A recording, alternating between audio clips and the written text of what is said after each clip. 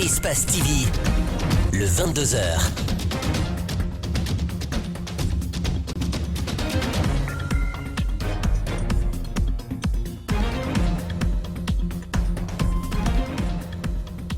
Mesdames et messieurs, bonsoir. Merci de nous préférer. Bienvenue dans cette édition d'information dont voici les principales articulations. On en parle dans la cité. Le président de la République est revenu déçu.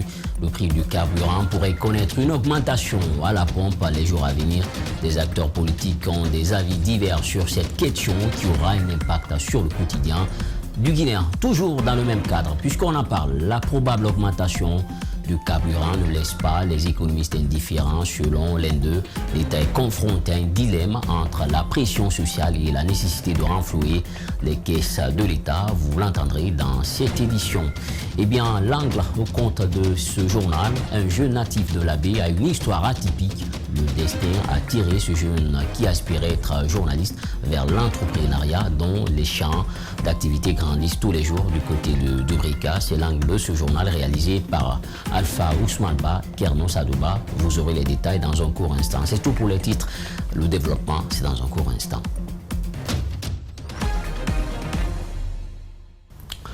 Pour une fois encore, bonsoir. Nous ouvrons cette édition par cette brève. Un tremblement de terre de faible magnitude s'est produit, selon dit, dans la sous-préfecture de Koumbia. C'est dans Gawal, plus de peur que de mal. Pas de dégâts matériels ni de pertes en vie humaine. À rappeler que Koumbia est une zone sismique. En 1983, elle a connu un premier tremblement de terre, une intensité de 6,3 sur l'échelle Richter. Il avait fait plus de 300 morts à l'époque, dont 10 000 blessés et 20 000 sans abri. Je vous le disais en titre, le litre de carburant vendu à 9 000 francs guinéens en Guinée pourrait connaître une augmentation du prix dans les jours à venir. C'est ce qu'a annoncé le président Alpha Condé. C'était dimanche alors qu'il s'était rendu dans la ville de Fria, une sortie que les acteurs politiques commentent diversement. Justin Leno et Ibrahima Souri Camara ont interrogé Aliouba, président du modèle suivi. C'est ce dimanche que le chef de l'État guinéen a misé sur un raisonnement économique pour justifier une éventuelle augmentation du prix du carburant en Guinée. Devant les populations de Fria, Alpha Condé a mentionné que le litre est vendu à 13 000 au Sénégal, 14 000 en Côte d'Ivoire, alors que son pays, la Guinée, le revend encore à 9 000 francs guinéens. Une comparaison absolue des prix avec d'autres pays que le président du modèle qualifie d'arnaque. D'abord, il faut faire une précision importante. Il n'y a pas eu de hausse récente du prix du carburant dans les pays qu'il a indiqués, en particulier le Sénégal, la Côte d'Ivoire ainsi que les autres pays. Si aujourd'hui on peut évaluer le prix du carburant en Guinée au regard du prix dans la sous-région, c'est par rapport à l'inflation dans notre pays. Si le franc CFA coûtait moins cher il y a 2 ans de cela, aujourd'hui il coûte plus de francs guinéens. Ça veut dire qu'il faudrait débourser beaucoup plus d'argent en Guinée pour pouvoir obtenir le même prix en équivalence au niveau sous-régional. Donc il ne faudrait pas que Alpha Condé tombe dans l'amalgame pour penser qu'il peut tromper les Guinéens. Pour Aliouba, ce n'est pas la peine d'aggraver la pauvreté des citoyens car, dit-il, l'État guinéen empoche déjà depuis des années des marges considérables sur chaque litre de carburant vendu, environ 2744 francs guinéens par litre d'essence, soit 30,49% du prix. Les dirigeants veulent simplement faire payer à la population la facture de l'échec de leur gouvernance, poursuit Aliouba. La seule raison qui puisse expliquer le fait que les autorités guinéennes veulent augmenter le prix du carburant, c'est le fait que nous sommes dans une situation de faillite économique. Et les raisons sont connues. C'est l'une des conséquences du régime, des dérives du régime que nous sommes en train de vivre. Étant donné que le paiement des impôts et taxes doivent avoir comme contrepartie un service public de qualité sur la santé, l'éducation, la justice et les infrastructures. Malheureusement, aucune amélioration n'est constatée au niveau d'un seul de ces secteurs, regrette Aliouba. Toujours dans le même cadre, les sorties récentes du Premier ministre et même du Président de la République sur les difficultés futures ne laissent pas les économistes indifférents. Le carburant pourrait être augmenté dès après le mois de Ramadan. Selon un enseignant-chercheur, l'État est confronté aujourd'hui à un dilemme. Comment faire face à une pression sociale en vue, en même temps renflouer les caisses quasi vides de l'État? Mamadou Sayo Baldé et Abdoulaye Kamara ont rencontré un universitaire. Suivez. Pendant le Ramadan, c'est un mois de spéculation. Si on augmente le carburant, même si à une fourchette très légère, plus encore les spéculations des denrées, je vous avoue qu'on allait se retrouver dans un mouvement qu'on ne pourrait pas gérer. Ça allait être un cocktail qu'on ne pourrait pas. Le gouvernement marche sur des œufs en ce moment. Les caisses de l'État sont vides. Les premiers responsables de l'exécutif n'arrêtent de le répéter. La pression sociale n'est pas non plus à négliger, ce qui expliquerait le report de l'augmentation éventuelle du prix du carburant. Nous avons une situation un peu particulière, notamment le cas du Covid-19, mais il y a une crise économique qui est là aujourd'hui, qu'on ne peut pas masquer, qui est visible et qui pourrait s'accompagner par un mécontentement social. Donc pour cela, l'État a bien fait d'ajourner ou de reporter l'augmentation du prix du carburant à la pompe jusqu'à la fin du Ramadan. Le gouvernement a compris la politique du caméléon, tâter le terrain, prendre la température ambiante avant de prendre les couleurs. Selon cet enseignant-chercheur, il voit mal comment les citoyens peuvent échapper à une augmentation. Mais il faut savoir à quelle fourchette on va augmenter. Est-ce qu'il y a une proportion que la population peut tenir? Donc c'est aux décideurs politiques de savoir est-ce qu'il faut aller à une grande proportion ou bien il faut aller à une proportion qui va encore soulager la population. Une augmentation asphyxie les populations déjà étranglées par la misère. Pourtant, si l'État subventionne, ce sont encore les plus riches qui vont en profiter. Et cette subvention profite davantage aux décideurs de tous les niveaux, les responsables des entreprises, les ambassades, et c'est eux qui sont les bénéficiaires. Comment ne pas provoquer une colère populaire au détriment d'une économie déjà à l'agonie? Un autre dilemme. Faut-il penser seulement à augmenter les caisses de l'État, à faire rentrer de l'argent, ou se soucier de la population? En Côte d'Ivoire, le prix du litre d'essence coûte 600 francs CFA, équivalent à 10 800 francs guinéens. Quelques mois après l'élection présidentielle, le président de l'Alliance des forces du changement sort de son silence. Moro Sidibé réagit à la situation socio-politique du pays, la cherté de la vie au déguerpissement, en passant par l'éventuelle augmentation de carburant, puisque ça défraie la chronique. Moro Sidibé n'est pas passé du dos de la cueur. Pour lui, c'est au gouvernement de se préparer à alléger les conditions de vie des Guinéens. Mariam Fodé Kamara et Abdoulaye Kamara l'ont rencontré ce matin. Suivez. Covid-19, Ebola, même s'il est sous contrôle, aux dernières nouvelles, les Guinéens ne sont pas encore au bout de leur souffrance. La crise sanitaire due à ces virus mortels a engendré une situation économique chaotique qui risque de perdurer. Pour Moro Sidibé, candidat à la présidentielle d'octobre dernier, le gouvernement a mal choisi le moment d'alerter les Guinéens sur un futur encore beaucoup contraignant. Le moment, il n'est pas bien choisi. Le monde est malade. Même en Europe, tout est déstabilisé. Comment peut-on choisir ce moment-là ou en rajouter? Donc il faut attendre, il faut geler tout ça pour un certain temps.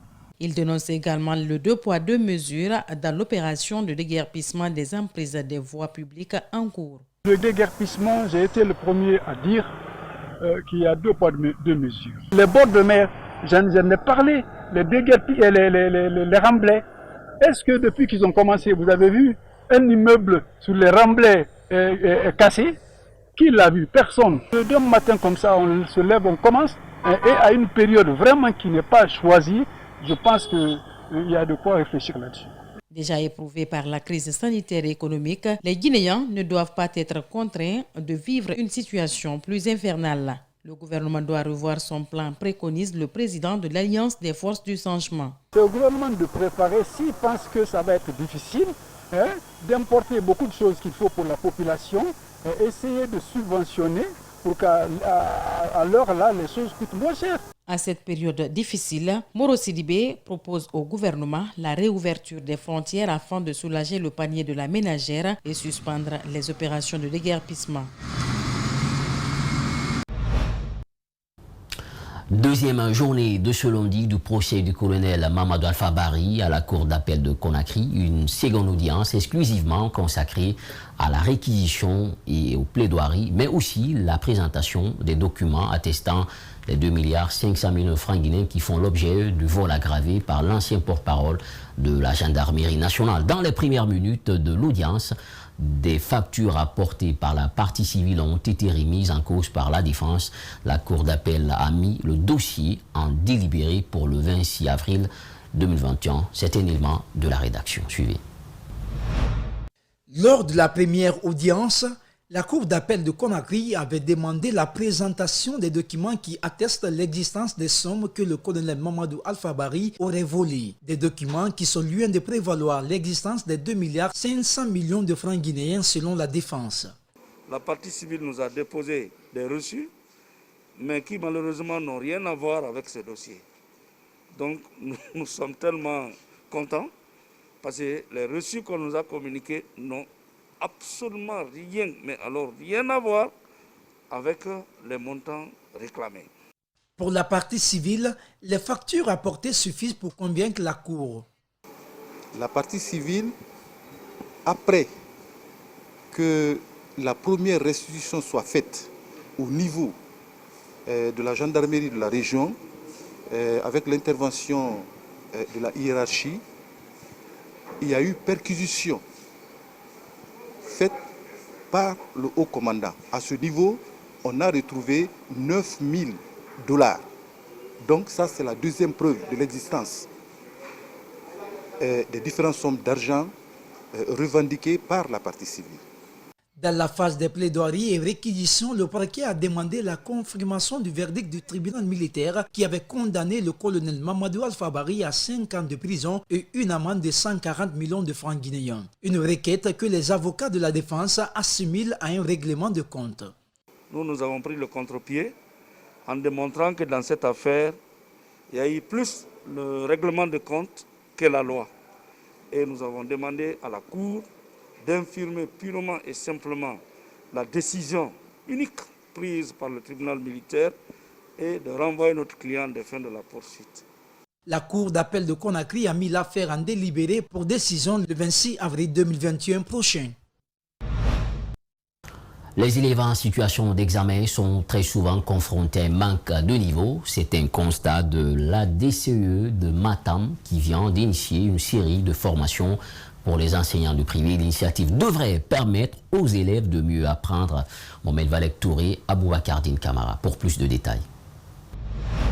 L'objectif prioritaire de ce programme sera de renforcer les compétences des enseignants du privé sur la méthodologie de préparation et d'encadrement des travaux publics et sur la pédagogie d'enseignement. Une cinquantaine d'enseignants seront bénéficiaires de cette formation continue. Cette formation organisée à l'intention de 75 enseignants venant de 40 écoles privées s'étendra sur 2 jours et sera animée par 6 formateurs, tous des conseillers pédagogiques, maîtres formateurs, qu'on appelle communément CPMS. Un programme de formation pluridisciplinaire sera mis en place. Celui-ci s'articulera autour des modules. Dans la plupart des écoles visitées, les besoins en formation se faisaient beaucoup plus sentir au niveau des enseignants encadrés, surtout ceux des écoles privées par rapport à l'utilisation des programmes d'enseignement et la didactique des matières comme la rédaction, la dictée et le calcul. Pour parer à cet état de fait, nous, en tant qu'autorité communale de l'éducation, chargée entre autres de la gestion du personnel enseignant et du renforcement de leurs capacités, nous avons trouvé opportun, voire nécessaire, l'organisation d'une telle session de formation. Après avoir reçu le support et les outils nécessaires, les participants sont désormais en mesure de mener à bien la gestion de cette formation. Nous avons remarqué qu'il y a ces 3 parties-là que les enfants n'ont pas du tout les niveaux. Donc c'est la rédaction, le calcul et la dictée. Donc cette formation nous sera bénéficiaire parce que c'est très très important et donc nous sommes venus ici pour faire ces atouts et comprendre les compétences pour enfin divulguer ça. Ces enseignants des niveaux primaires et secondaires entendent mettre en place l'expérience acquise pour le bien des apprenants. Elle est très ambitieuse et décide de partir en France pour continuer les études, mais Marie Soromou, c'est son nom, ne va pas tout de suite arriver en France. Elle part en Égypte, espérant très rapidement gagner un visa pour Paris. Mais il y a d'autres volontés, la réalité du terrain. En fait, l'étudiante guinéenne va donc faire 4 ans dans le pays des pharaons avant de se retrouver un beau jour en Guinée. Marie ou l'espoir déçu, c'est un extrait d'un grand format que nous propose Mamadou Salouba et Lamine Silla. Beaucoup de dépôts de par-ci, de par-là, avec assez de galères. Je ne parvenais pas à trouver le boulot. Alors, elle décide de changer de vie, de partir. À ce moment-là, une seule destination, la France. J'ai fait la rencontre d'une personne, parce qu'avant j'avais tenté vers Campus France, plusieurs fois ça n'a pas marché. Et lui, il m'a dit qu'il avait une sœur en Égypte qui pourrait m'aider facilement à partir en Égypte. Et donc, je m'étais dit que là-bas, ce serait facile de transiter vers la France afin que je puisse faire le master. La suite, elle en parle à sa maman qui a tout de suite adhéré au projet. La migration régulière, toute la famille est d'accord. Elle cherche des papiers et prend un vol pour l'Égypte en espérant fouler le sol français dans les mois à venir. Mais arrivée en Égypte, tout se complique. On m'a envoyé directement à Margue. Et Margue, je vous dirais que Margue, c'est un peu comme la Guinée, et voire même que un peu la Guinée serait mieux que là. Mais bon, je suis rentrée. J'ai été hébergée par mes amis.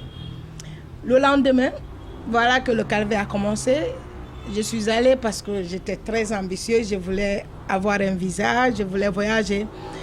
Et après beaucoup de renseignements, je me suis vite rendu compte que ce n'était pas une chose qui était facile de transiter de l'Égypte en Europe par la voie régulière. En Égypte, c'est le début d'une aventure qui va durer 4 ans. Sur les photos qu'elle publie, le sourire, mais rien ne va. Les poches sont maintenant vides. Dans un pays étranger, c'est difficile de gagner du travail, mais elle parvient à trouver un emploi qu'elle n'aurait pour rien au monde accepté en Guinée. Dans mon pays, en Guinée, je n'ai jamais fait le ménage, mais dans le pays maghrébin, j'ai fait le ménage. Donc il fallait commencer par ça. Il fallait commencer par le ménage. Et une chose qui m'a le plus fatiguée, c'est quand je me suis retrouvée dans une famille où il fallait se lever à 5 heures du matin et s'endormir. Vous n'avez pas idée à quelle heure? À 2 heures du matin. Vous aurez l'intégralité de cet élément dans nos prochaines éditions. Permettre aux entreprises nationales basées en Guinée de mieux appréhender le risque en termes de management et anticiper les pistes de solutions, c'est l'une des missions que se fixe le gouvernement guinéen. Advalis Consulting prend le devant pour accompagner l'idée. Elle a initié une session de formation qui a duré 3 jours. Le compte-rendu de Antoinette Dédé-Onivogui est rendu par Fatmata Tafsir Diallo. Ils sont une dizaine de chefs d'entreprise guinéens à bénéficier de cette formation portant sur la gestion des risques de management. Durant 3 jours, ils ont appris comment analyser les risques puis les transformer en opportunités dans leurs entreprises. Cette formation en risk management, c'est une formation vraiment pratico-pratique qui a permis aux participants d'avoir des acquis en matière de risk management, c'est-à-dire le processus, comment implémenter le processus, également comment mettre en place une culture risque au sein de leur organisation et comment pratiquer ce processus, comment le mettre un processus pratique, valable et efficace pour pouvoir gérer leurs risques. Des mises à jour importantes pour les participants à faire face aux risques auxquels ils sont souvent confrontés. Ils semblent assimiler les nouvelles connaissances reçues. Aujourd'hui, nous sommes en mesure d'identifier les risques dans une entreprise, de les hiérarchiser, de les évaluer et de mettre des mesures de contrôle pour pouvoir les atténuer. Nous sommes très ravis de cette formation. À partir du moment où les formateurs, le cadre de formation et tous ceux qui ont participé à cette formation ont tiré un avantage important de cette formation. Pour Advalis Consulting, la structure organisatrice de cette session de formation, c'est une satisfaction d'atteindre ses objectifs. Et je pense qu'on a donné le meilleur pour permettre aux populations guinéennes, aux cadres guinéens et aux cadres vivant en Guinée d'être compétitifs, de s'assurer une pérennité, de permettre à leurs entreprises de traverser les zones de turbulence et de voir en cette turbulence certaines opportunités. Sur 9 participants, 6 ont été certifiés à l'issue de cette formation de perfectionnement et ont reçu des satisfecits en présence de l'ancien ministre de l'Enseignement supérieur, Abdoulaye Baldé. Le club olympique de Kakandé a été battu par l'association sportive des minéraires de Sangaredi 2-0 ce week-end au stade du 1er mai de Bokeh où les supporters se sont fortement mobilisés. C'était dans le cadre des phases du groupe du championnat national. Tenez-vous bien, pour la montée en 2e division organisée par la Ligue amateur. Reportage donc signé Amdiata Ndiaye, Aïssatou Kissou Yalo, Salifou Lifoussissé depuis Bokeh. Après avoir passé presque une année sans jouer devant leur public, les joueurs du club olympique de Kakandé ont fait une mauvaise entame en présence de ces milliers de supporters acquis à leur cause. Dessus pour cette défaite cuisante, l'entraîneur, qui a été ancien joueur du club, aujourd'hui reconverti, croit à son effectif, même s'il n'a pas compris certaines décisions arbitrales. Fort malheureusement, je l'ai dit tantôt, je parle rarement de l'arbitrage guinéen. Mais ce soir, ce qui s'est passé au vu du public de Bokeh, à 2 minutes du match déjà, il y a eu un penalty imaginaire sifflé contre mon club. Le gardien de but, dans sa surface de réparation, il prend le ballon, il se protège. L'arbitre vient siffler le penalty. Ça a tué le moral de tout le monde, mais on est revenu, on a mis les pieds sur le ballon. C'est à la finition des occasions qu'on a eues, qu'on n'a pas pu franchement concrétiser. Satisfait de ces joueurs, l'entraîneur de l'association sportive des mineurs de Sangaredi se projette déjà sur la prochaine rencontre. L'ambition, c'est de continuer à gagner match après match. Un sentiment de satisfaction, ce n'est jamais évident de gagner à Bokeh contre le coq de Bokeh, mais Dieu nous a donné l'opportunité de le faire, on l'a fait avec la manière. On a marqué 2-0, mais on n'a pas concédé une seule occasion de but. Et il faut des félicitations aux garçons, c'est eux qui ont joué. Malgré cette défaite, le président du club olympique de Kakandé reste optimiste. Pour lui, l'espoir est permis de retrouver le haut niveau dans les années futures. C'est comme ça aussi ça doit se passer. Maintenant, évidemment que c'est une équipe en reconstruction, c'est comme ça je le dis. Je pense que beaucoup de belles choses sont à venir. Aujourd'hui, ils n'ont pas gagné, mais évidemment qu'il y a eu d'autres victoires. Moi, je suis toujours positif à dire que ça viendra avec le temps. Devenu président de l'association sportive des mineurs de Sangaredi il y a de cela plusieurs mois, ce premier responsable a bien assisté à la victoire de son club. L'objectif pour lui, c'est de jouer le championnat de Ligue 2 dans les prochaines années. Dans une compétition, il y a toujours un gagnant et un perdant. Mais ce que nous avons vu aujourd'hui, le coq de Bokeh n'a pas démérité. C'est une équipe qui est en pleine reconstitution. Tous mes encouragements, non seulement au président du club, à tout le bureau exécutif, mais aussi les joueurs. Mes félicitations à mon équipe, ils ont mouillé le maillot, mais vous le convenez avec moi qu'il y a beaucoup de choses à faire. De passage, le PDG du groupe Adafo Media, président d'un club en division inférieure, reste conscient de l'échec répété de son club. Après plusieurs matchs de barrage ratés, le premier responsable de ce club se rappelle encore de certaines histoires. Ça fait combien d'années on a ce club et si les choses se passaient dans les règles de l'art, je pense qu'on ne serait pas à ce niveau aujourd'hui. Malheureusement, encore une fois de plus, le milieu du foot, on sait un petit peu comment ça se passe en Guinée. On verra, on croise les doigts, on pense qu'on est sur une bonne marche et qu'il n'y a pas de raison qu'on ne puisse pas monter en Ligue 2. Pour la prochaine sortie, le coq de Bokeh joue gros face à l'Alustar de Fria. Match est prévu pour ce mardi 30 mars au stade du 1er mai. La première édition du Media Awards Guinée, organisée par MAC Communication, s'est tenue ce samedi. À cette occasion, les organisateurs de cette édition ont décerné des prix à plusieurs journalistes qui se sont distingués courant l'année. Reportage Yéné Mbemba Koulibaly, Abdoulaye Kamara. Sur 67 postulants, seuls 14 ont été nominés. L'objectif visé selon le commissaire général des Media Awards Guinée est de célébrer de leur vivant ces hommes et femmes de médias qui se font remarquer dans leur domaine. La presse guinéenne regorge de talent. Nous avons de très bons journalistes et des techniciens compétents. Nous devons les mettre en confiance, reconnaître leurs mérites et les encourager à travailler davantage. La naissance des Media Awards Guinée permettra à coup sûr de rehausser le niveau de la pratique journalistique en Guinée. L'émulation créée au sein de la presse va fortement et doit demeurer. Dans cette compétition d'émulation qui a connu la participation d'au moins 20 médias du pays, le groupe Adafo Média s'est taillé une place de choix dans les catégories meilleure présentatrice radio, reportage santé, reportage radio, animateur culturel, l'homme de médias de l'année. C'est comme ça que je le dis, c'est grâce à toute l'équipe. Si on est à ce niveau aujourd'hui, je pense que ça prouve encore qu'on a évidemment des hommes et qu'on a des piliers, c'est comme ça que je le dis. Et voilà. En même temps, la pression. À chaque fois, je le dis, à chaque fois qu'on gagne des trophées, pour nous, c'est une pression de plus de continuer le combat, de encore donner le maximum de nous-mêmes. Et que, quoi qu'il arrive, tout devient possible quand on a la volonté, quand on est passionné. Et c'est le travail de la passion. Je suis vraiment très content. Je sais que j'ai pris un grand risque en faisant ce reportage parce que c'était au plus fort de l'épidémie. Mais je pense que ce soir, ça payait. Je crois à ce petit talent que j'ai entre guillemets. Ce n'est qu'une confirmation. Je remercie les organisateurs. Aujourd'hui, je ne peux que remercier la rédaction d'Espace Radio. Je ne peux que remercier toutes ces personnes qui ont cru en moi, qui ont voté pour moi. Oui, il faut le dire, parce que des amis, il y a d'autres qui bousculaient, c'est en fait leur connaissance, voter pour Philomène. Ne me connaissant pas, beaucoup ont voté. Et puis voilà, aujourd'hui, ça donnait ce que ça donnait.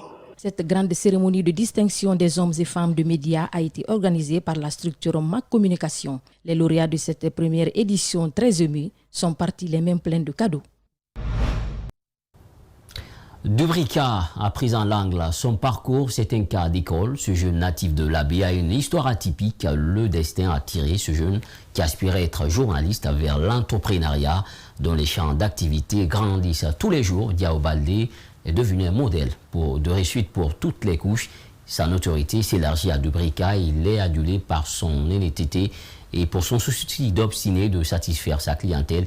Il est aussi serviable à l'égard de tous. Aujourd'hui, l'entreprise Yao et Frères Construction est née avec des centaines d'emplois. Alpha Ousmane Ba, Kerno Sadouba sont allés à sa rencontre avec son entourage. C'est le grand format de notre angle ce soir. Suivi.